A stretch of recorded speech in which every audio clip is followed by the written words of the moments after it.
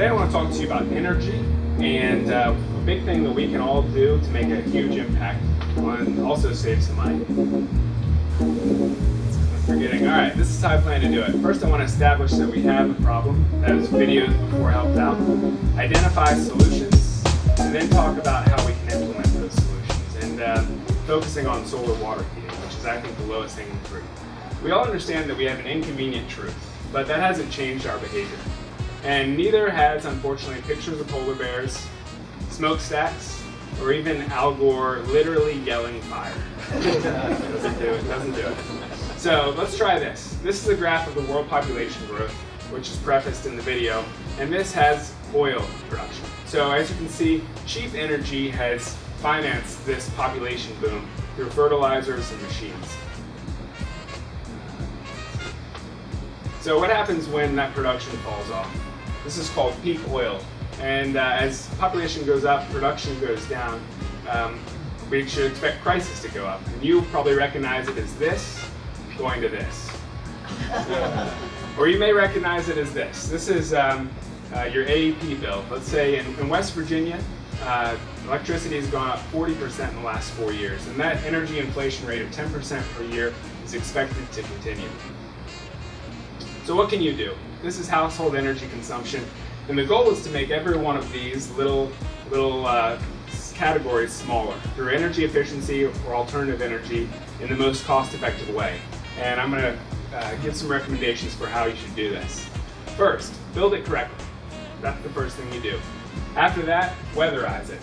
Lighting comes next. It's 3%, but it's a good payback. And then solar water heating. For $1,500, which is the Sunbank, you can take out 20% of your energy consumption. And if you think about all of us doing that collectively, that could have a huge impact.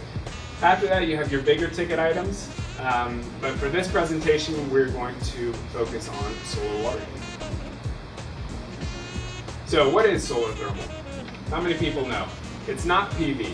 So solar thermal does not create electricity, it offsets the use of electricity. It's an old, well-established technology, up to 96% efficient and less costly, much less costly. There are 80 million of these types of systems installed all over the world, and we're the first ones to bring it to the States. So you guys are in on a secret.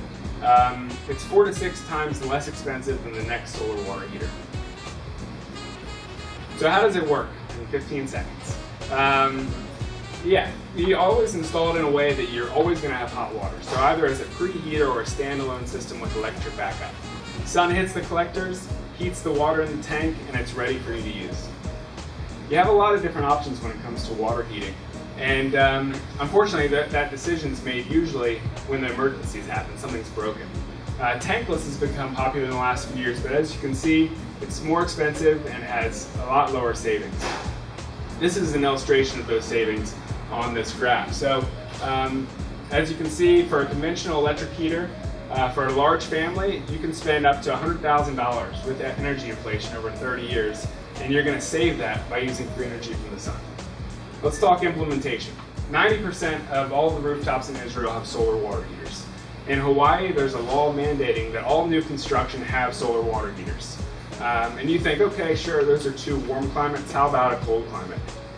Canada. This is in Toronto. This is a commercial installation. And what this illustrates is that these systems are good 35 degrees below zero. And when outside in a freezing cold day, they lose as much heat as your water heater loses in your basement every night. Commercial is where we can have installations where we can have a big impact fast. So all of these types of industries spend a ton of money heating water, up to 80% of their energy consumption.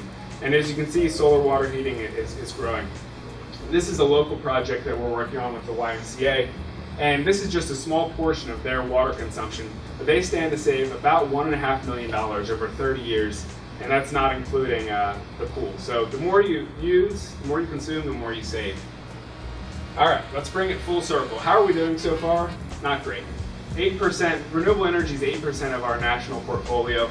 Solar is 1% of that. But we understand that to sustain our current population and the growth we're expecting to get, renewable energy is going to have to play a much larger role. And that's where we think we come in. Providing an affordable solution for people who want to make a difference is the first step. And like I said, collectively, if we all reduced our bill by 20%, that would make a huge, huge impact. So thank you for your time. That's it.